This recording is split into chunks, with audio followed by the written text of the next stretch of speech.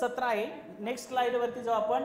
बहुवर्ग आणि बहुभाषिक वर्गामध्ये मूल्यवर्धनचे संचालन कसे करायचे.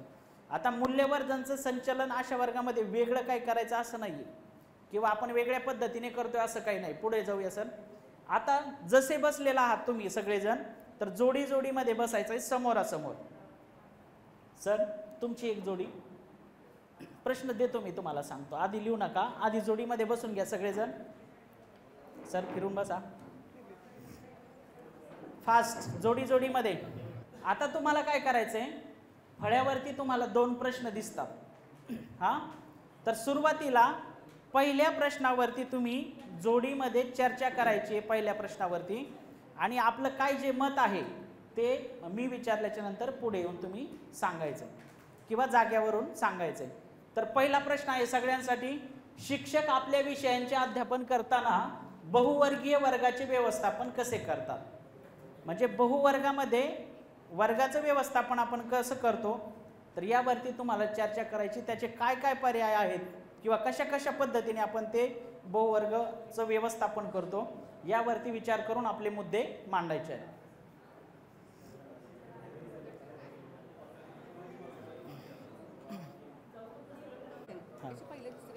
पहिला होता सगळ्या वर्गाचा सहभाग असतो, सगळे विद्यार्थी सहभागी होतात. हां, प्रश्न विचाराला चालना देणारा असावा. नो हँड टेक्निकचा वापर करायचा. म्हणजे नो हँड टेक्निक, प्रश्न विचारल्यावर सरांनी विचारायचं कोणाला, कोण उत्तर देईल ते. वेट टाईम हा वेगळा, तो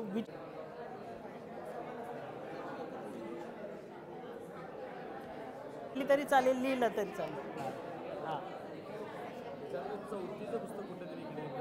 असेल असेल बघू आपण. हां असेल बघू आपण.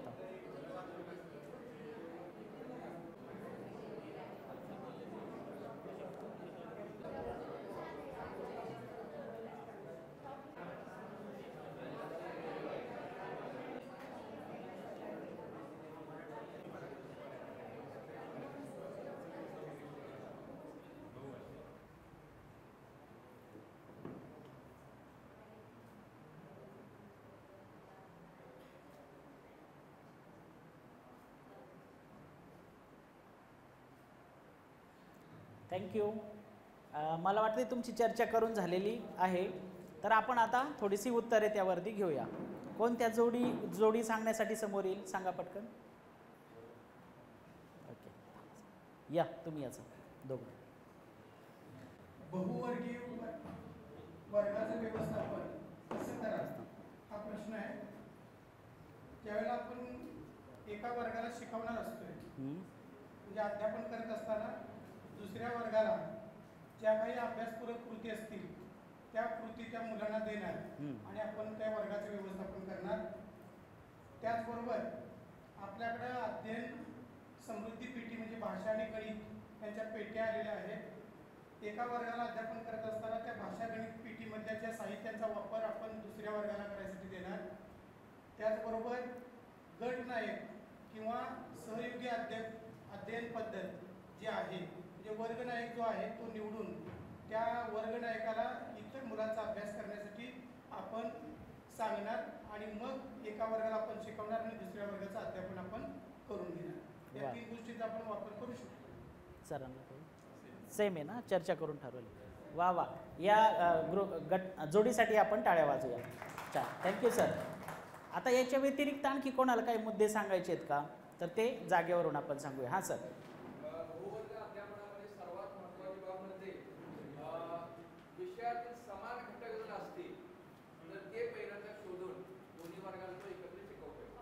दोन्ही वर्गाला एकत्रित, बरोबर.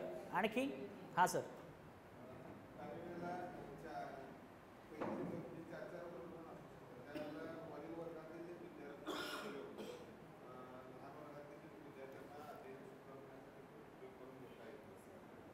तसंही सामावून घेता येतं त्यांना. ओके, आणखी? हां मॅडम.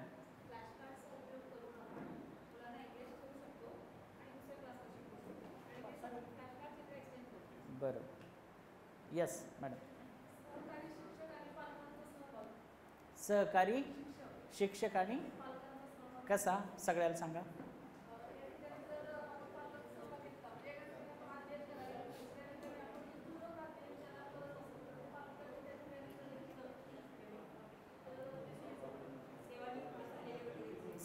सेवानिवृत्त झालेली मंडळी म्हणजे आज तुमच्याकडे जर घडत असेल तर खूप चांगली बाब आहे बरं का. वा वा बढिया.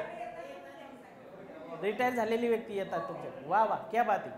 म्हणजे हे असे अनुभव फार कमी असतात, दुर्मिळ असतात. आता पुण्यामध्ये मी काही भागामध्ये गेलो ना जिथं समजा शिक्षकांची कमतरता आहे, तर तिथं गावातल्या सरपंच आणि त्यांनी ठरवून काही मुलं दिली, म्हणजे त्यांना दिलीत की जर तुम्हाला ज्यावेळेस काम असेल त्यावेळेस ही मुलं तुम्हाला मदत करतील, तर ती मुले जातात. म्हणजे स्वयंस्फूर्तीने गाव स्तरावरती पण काही लोक प्रयोग करत असतात. पण आपण आता शिक्षक म्हणून आपण काय करतो तर त्यावरती आपण जास्त फोकस करतोय. तर हां, स्मार्ट टी व्ही आले बरोबर.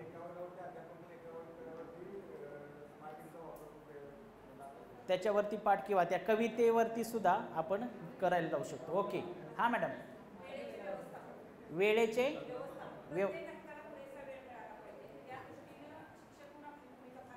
बरोबर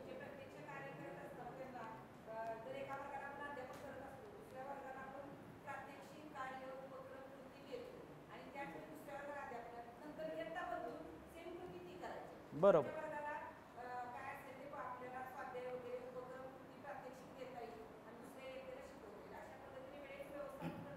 वेळेचं पण व्यवस्थापन त्याच्यामध्ये काटकसरीने फार करावं लागतं, हे महत्त्वाचं आहे. दुसरं तुम्ही खूप चांगले पर्याय सांगितले. म्हणजे एका वर्गाला जर आपण शिकवत असतो तर दुसरा वर्ग काहीतरी कामामध्ये व्यस्त ठेवणे, मग त्याच्यामध्ये पद्धती वेगवेगळ्या असतील.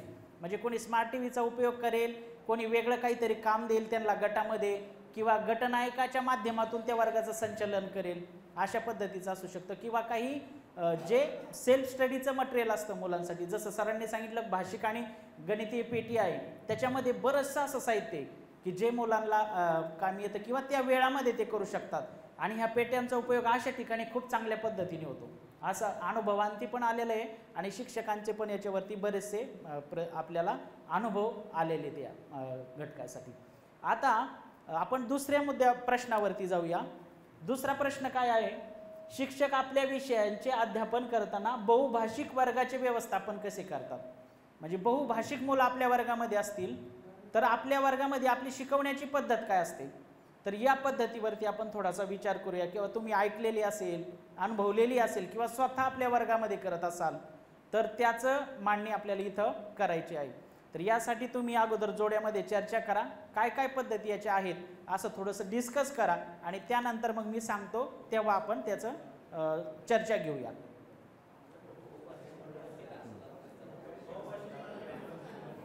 बहुभाषिक वर्गाचे व्यवस्थापन. हां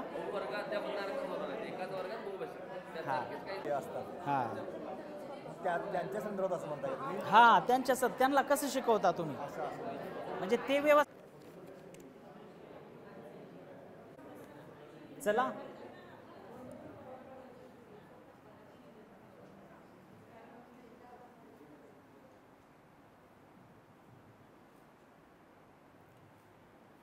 थँक्यू.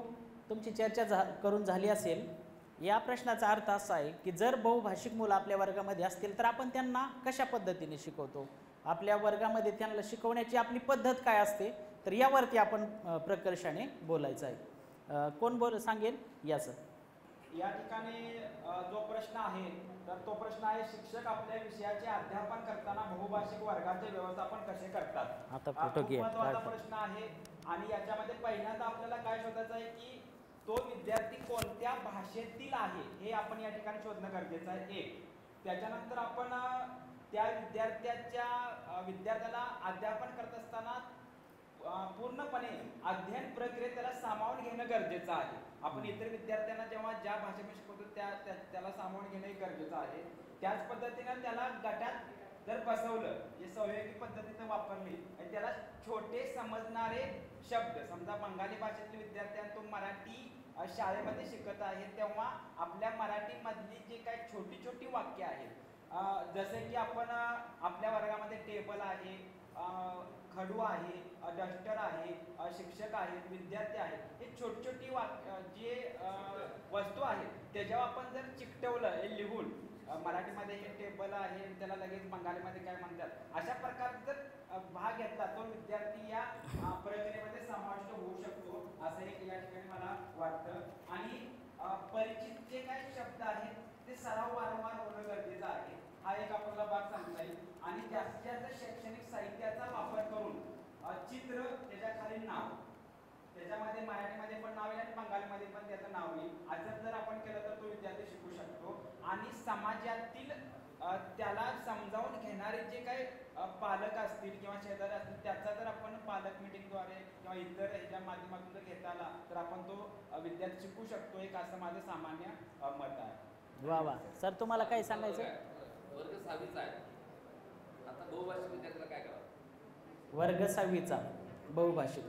हां, मी तुम्हाला प्रश्न विचारेल, तुम्ही काय करता अशा वेळेस?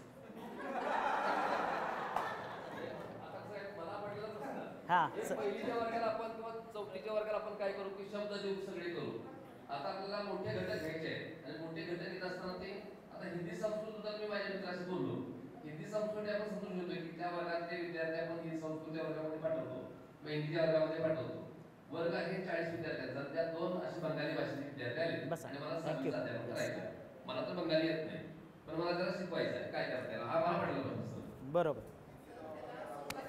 थांबा, बसा. हां सर, बोला. नाही, प्रश्न जेन्युइन आहे सरांचा, खास आहे. हां हां, करा. पहिल्यांदा आपण आपल्या भाषेचा आपल्याला अभिमान असतोच. आपण रिस्पेक्ट देत नाही बोली भाषांना. थोडंफार आपण चेष्टेनं त्या भाषा बोलतोय. पहिल्यांदा त्या विद्यार्थ्याच्या लोकल भाषेला आपण रिस्पेक्ट दिली पाहिजे. मुद्दा पहिला आहे. दुसरा मुद्दा सर, मोठ्या वर्गाचा बोलला तुम्ही. मोठ्या वर्गाकडं गुगल ट्रान्सलेट आपल्याकडे आहे. आपण कुठल्या भाषेमध्ये थोडाफार ट्रान्सलेट करू शकतो वरच्या वर्गासाठी. आणि लहान वर्गाचं सरांनी सांगितलेलं.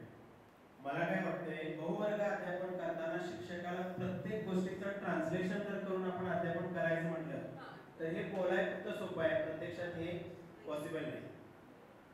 असा एखादा विद्यार्थी आपल्या वर्गात चुकून आलाच तर सर्वसाधारणपणे आजकाल टीव्ही माध्यमांचा खूप मोठ्या प्रमाणात वापर होत असल्यानं कळत न कळत हिंदी भाषेला बऱ्यापैकी अवगत ही मुलं असतात.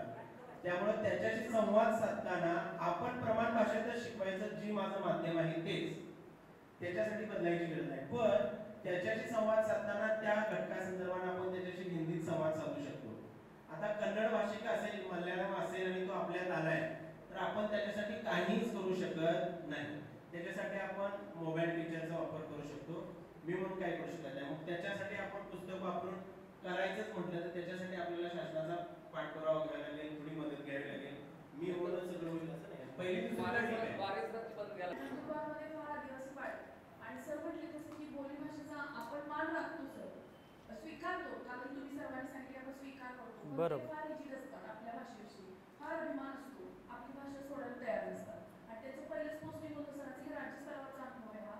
आणि ते म्हणाले की तिथे गेल्यावर ती काय बोलतोय हे समोरच्याला समजत नव्हतं आणि ते काय बोलतायत मला काय समजत नव्हतं. मला तर नोकरी करायची होती. मग कम्युनिकेशन कसं होणार? कारण या सर्व प्रोसेसचा भाग हा संवाद आहे. संवाद जर घडत असेल तर काय करायचं? मग अशा वेळी तुम्ही म्हणतात असेल त्यांनी आयटीचा सपोर्ट घेतला, प्लस त्यांची जी भाषा होती पाड्यावरची, त्या भाषेतली अंतर्गत जशी आपली मराठीची असते तसं त्यांनी मुळाक्षरापासून स्वतः शिकायला सुरुवात केली. शब्दसंग्रह, व्होकॅब्युलरी डेव्हलप स्वतःची केली. जशी त्यांच्या भाषेची त्यांनी स्वतः केली तशी त्यांना मराठीची करायला लागली. असा बेस सुरुवात झाली आणि बहुभाषिक वर्गाच्या शिक्षणाच्या अध्यापनापासूनच सुरुवात झाली. मग त्यांनी इतकं छान डेव्हलप केला तो वर्ग की प्रमाण भाषेमध्ये राज्यस्तरावरती त्याची नोंद घेण्यात आली. बरोबर. अशा प्रकारचाही प्रयत्न माझे जिल्हा परिषदेचे शिक्षक करत आहेत आणि हा यशस्वी होत आहे. बहुभाषिक वर्गामध्ये काहीही तुम्ही करू शकता, इथं पर्यंत पोहोचण्यासाठी फक्त इच्छा पाहिजे. 40 मुलं आहेत, त्याच्यामध्ये 15 ते 20 मुलं ही हिंदी बोलणारे, म्हणजे मुस्लिम आणखी इतर आउटस्टेटमधली पण आहेत, पण हिंदी आहे. पण मला असं जाणवलं की हिंदी आणि मराठी भाषा जी आहे, देवनागरी लिपी जी आहे ती लिपीसारखी असल्यामुळं हिंदी भाषिकांना शिकवताना फार अडचण येत नाही. बरोबर. मॅडमनी जे आता सांगितलं जळगाव इकडचं जे आपलं जे महाराष्ट्रातलंच हे उदाहरण आहे, लिपी साधारण सारखी आहे, बोली भाषा अंकलिपीतनं वगैरे लगेच शिकता येईल. पण एखादं कन्नड भाषा असेल, तमिळ असेल, प्रादेशिक दुसरी मल्याळम भाषा असेल तर अशा वेळी मात्र नक्की आपल्याला वर्गामध्ये लिमिटेशन्स हे येणारच आहे आणि ते आपल्यासाठी अवघड काम आहे. चॅलेंज असेल, फार मोठं चॅलेंज असेल तर हिंदी बोलताना वर्गात आम्ही शिकवताना मराठीतच शिकवतोय, पण कॉन्व्हर्सेशन करताना मात्र ती मुलं करतायत आणि मग हिंदी मला काही वेळा त्यांच्याशी हिंदी बोलावं लागतं आणि मग ती काही आता अनुभवानं मराठी बोलत आहे. अशा पद्धतीचा एक अनुभव आहे. हां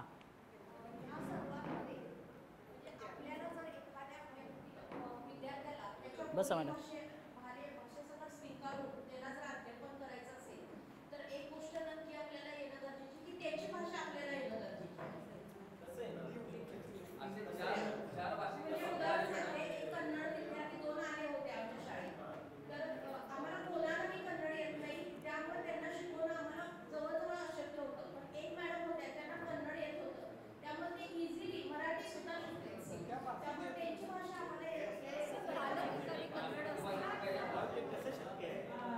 मॅडम मगाशी म्हणाल्या की महाराष्ट्रामध्ये बहुभाषिकचा काही अडचणी येत नाही, पण मॅडम मला कागल तालुक्यामध्ये बाँड्रीवर सीमाभाग जो आहे तर आम्हाला अनुभवास आलेला आहे की कन्नड विद्यार्थी जेव्हा शाळेत येतात तेव्हा त्यांच्याशी त्यांना त्या भाषेत किंवा त्या भाषेतून मराठी भाषेकडे आणण्यासाठी खूप प्रयत्न करावे लागतात. आता माझ्याच वर्गाचं जर उदाहरण घेतलं तर माझ्याकडे दुसरीचा वर्ग आहे आणि आता दुसरीला एक विद्यार्थी आहे. तो पहिले 6 वर्ष कर्नाटकातच आई बरोबर राहत होता तो आणि त्यानंतर पहिलीला माझ्याकडे नाव दाखल केले आता पहिलीमध्ये. त्याच्या आधी तो इंग्लिश मिडियमला तो त्या कर्नाटकात असताना इंग्लिश मिडियमला जात होता. फक्त इंग्लिश अक्षरांची ओळख त्याला होती, मराठी अक्षरांची ओळख नव्हती. ज्यावेळेला तो पहिलीमध्ये आला त्यावेळेला मी त्या पद्धतीला मराठी स्पष्ट बोलता येत नाही, पण शाळेत जेव्हा वर्गात सगळ्या विद्यार्थ्यांच्या बरोबर तो बोलायला लागला तसं त्याचं मराठी वाढत गेलं. आणि मम्मी जेव्हा माझ्याकडे येत होती तेव्हा मम्मीला सुद्धा मराठी येत होतं, ती कन्नडमध्येच बोलायची माझ्यासंग आणि मी कर्नाटकात असल्यामुळे मला थोडीफार तिची भाषा समजायची, पण मोठा काय येत नव्हतं.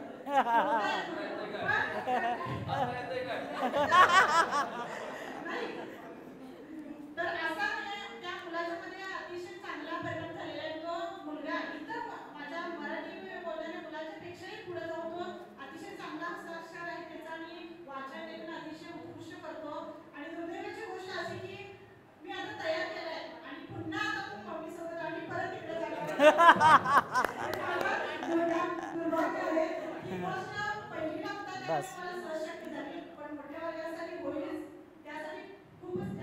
Yes thank you. एक फक्त शेवटचं एक मत घेऊ आपण आणि मग थांबूया. सर्वांची मतं झाली. मी सुद्धा सांगली जिल्ह्याच्या जत तालुक्यात कर्नाटक बाँड्रीला होतो.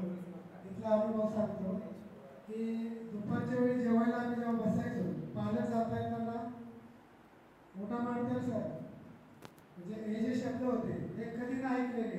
माझा जिल्हा नाशिक परिषद तालुका आणि भाषा एकदम बदललेली. तर सर मी यावर काय उपाय केला, बेळगावमध्ये आथणी म्हणून आहे त्या आथणीला गेलो आणि तिथून एक अंकलिपी घेतली सर. त्या अंकलिपीमध्ये हिंदी, इंग्लिश आणि कन्नड अशी अंकलिपी होती.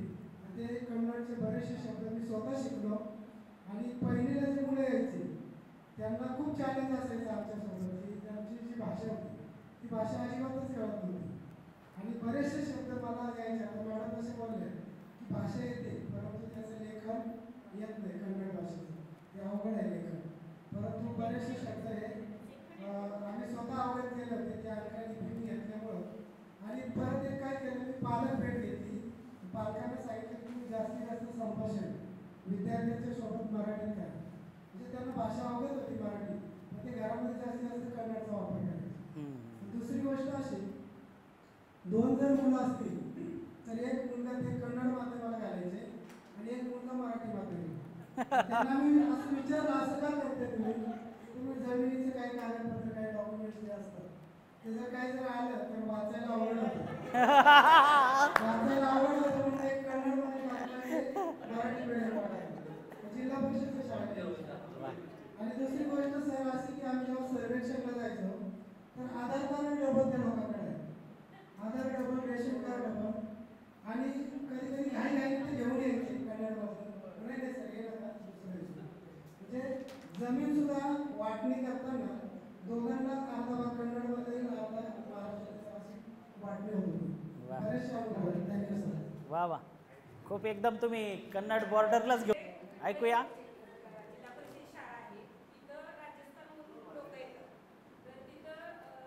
लोकांनी तिथं आम्ही सर्वेक्षण करायला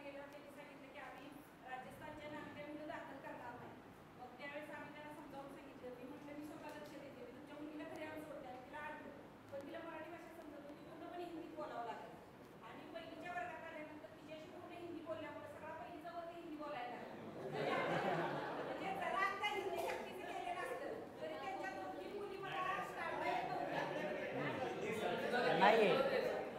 म्हणजे असं विरोध त्रास वेगळा तुम्हाला. पण त्यावेळेसच माझा वर्ग पहिलीलाच हिंदी म्हणजे मराठी भाषा शिकला, हिंदी भाषा शिकला आणि असं झालं की त्याच्यानंतर त्यांनी म्हणायला लागले की आम्ही लई लई तिसरी चौथीपर्यंत शिकवणार कारण आमच्या इकडे 10 वर्षांसाठी लग्न करून देतात.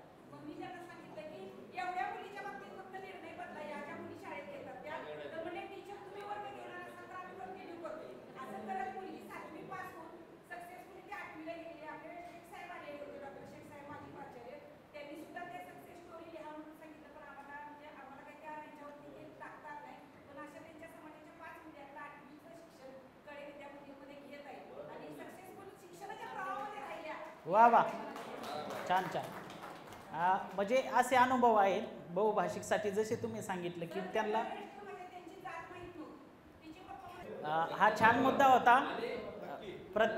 प्रत्येकाचा मतप्रवाह हा वेगळा असू शकतो, पण हा तितकाच महत्त्वाचा मुद्दा आहे की आपण मातृभाषेवरती शिकवण्यावरती भर देणार आहोतच, पण काही त्यांच्या भाषेमधले बोलीतले जे शब्द आहेत त्याची ओळख असणं आपल्याला स्वतःला, किंवा कार्ड असणं. जसं आपण आदिवासी पट्ट्यामध्ये जर गेलो पालघर, डहाणू, मेळघाटकडे, तर तिथली जी त्यांची भाषा आहे प्रॉपर, म्हणजे वारली असेल किंवा वेगवेगळ्या त्यांच्या कोरकू काहीतरी असे, तर त्या भाषेमधले तिथं आपले जे शिक्षक आहेत ना बघा, ते आता बऱ्यापैकी त्याला फॅमिलियर झाले.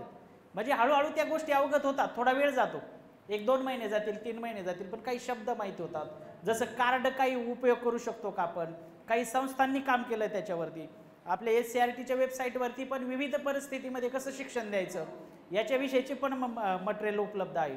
आणि आपण जे गोष्टी सांगितल्या या सगळ्या लागू होत्यात. म्हणून बरेच शिक्षकांचे असे प्रश्न यायचे, मग सर अशा वर्गामध्ये मूल्यवर्धन कसं राबवायचं, तर असंच राबवायचं. म्हणून ही चर्चा घेऊन आपण त्यांच्यासमोर मांडलं पाहिजे की जसं आपण इतर विषयांसाठी करतोय तीच पद्धत आपल्याला इथंही वापरायची. हा फक्त विषय वेगळा आहे, म्हणजे वेगळं काही करायचं नाही आहे, परंतु हे पर्याय तुमच्याकडून जे आले ना हे अनुभव संपन्न करत असतात. म्हणजे काही शिक्षकांना असे अनुभवच आलेले नाही आहेत, असे शाळाच भेटलेले नाही आहेत, तर त्यांना त्याची मदत होते की अरे हा अशी परिस्थिती असू शकते, त्याची एक जाणीव त्यांच्यामध्ये निर्माण होते आणि पुढं कशा पद्धतीने आपण पर्यायी व्यवस्था ठेवू शकतो याची एक दिशा या चर्चेअंती आपल्याला मिळत असते. तर मग अशाच पद्धतीने आपणही आपल्या वर्गामध्ये प्रयत्न करूयात सगळेजण आणि सगळ्यांपर्यंत जसं इतर विषय घेऊन जातोय त्याच पद्धतीने मूल्यवर्धन घेऊन जाण्यासाठी प्रयत्न